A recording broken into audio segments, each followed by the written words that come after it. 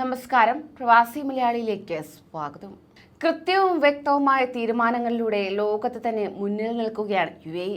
സ്വദേശികളെ പോലെ തന്നെ പ്രവാസികൾക്കും പ്രാധാന്യം നൽകി അധികൃതർ മുന്നോട്ട് വയ്ക്കുന്ന ഓരോ തീരുമാനങ്ങളും കയ്യടി നേടുകയാണ്.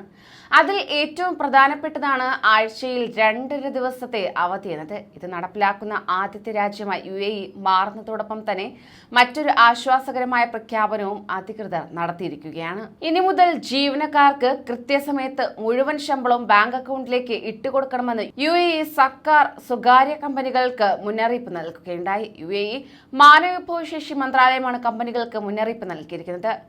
ദിവസക്കൂലിയാണ് നൽകുന്നത് എങ്കിലും പറഞ്ഞ സമയത്ത് അത് കൃത്യമായും മുഴുവനായും കമ്പനികൾ ജോലിക്കാർക്ക് നൽകണമെന്ന് മന്ത്രാലയം അറിയിക്കുകയുണ്ടായി. ജോലി ചെയ്ത തൊഴിലാളിക്ക് അവന്റെ വേതനം ലഭിക്കാനുള്ള തൊഴിലാളിയുടെ അവകാശം ഉറപ്പാക്കാനാണ് മന്ത്രാലയം പുതിയ തീരുമാനത്തിലൂടെ ലക്ഷ്യം വയ്ക്കുന്നത്. മന്ത്രാലയത്തിലെ അസിസ്റ്റന്റ് അണ്ടർ സെക്രട്ടറി മഹേർ അൽ ഒബൈദ് പറയുകയുണ്ടായി. കൃത്യസമയത്ത് ശമ്പളം നൽകുന്നതിലൂടെ തൊഴിലാളികളുടെ ഉൽപാദനക്ഷമത വർദ്ധിക്കുന്നതിന് കാരണമാകുമെന്നും അദ്ദേഹം പറഞ്ഞു. വേതന സംരക്ഷണവുമായി ബന്ധപ്പെട്ട് 2016 ഉത്തരവ് 739 അനുസരിച്ച് മന്ത്രാലയത്തിൽ രജിസ്റ്റർ ചെയ്ത എല്ലാ കമ്പനികളും WPS സബ്സ്ക്രൈബ് ചെയ്ത് സിസ്റ്റം വഴി ശമ്പളം നൽകണം.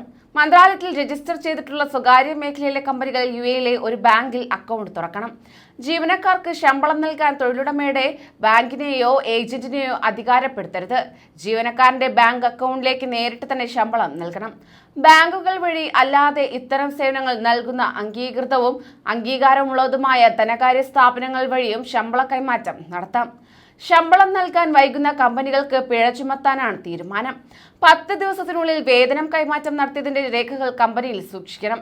ശമ്പളം നൽകാതെ ഒരു കമ്പനി തെറ്റായ വിവരങ്ങൾ സൂക്ഷിച്ചാൽ ഓരോ തൊഴിലാളിക്കും 5000 ദിർഹം പിഴയും നിരവധി ജീവനക്കാർ ഉൾപ്പെട്ടിട്ടുണ്ടെങ്കിൽ പരമാവധി 50,000 ദിർഹവും പിഴ നൽകേണ്ടി വരും. ശമ്പളം നൽകുന്ന തീയതി തെറ്റിച്ചാൽ ഓരോ തൊഴിലാളിക്ക് അനുസരിച്ച് കമ്പനി 1000 ദിർഹം വരെ പിഴ അടയ്ക്കേണ്ടി വരുമെന്നും അധികൃതർ വ്യക്തമാക്കിയിട്ടുണ്ട്. കൂടുതൽ പ്രവാസി വാർത്തകൾക്കായി ഈ ചാനൽ സബ്സ്ക്രൈബ് ചെയ്യൂ.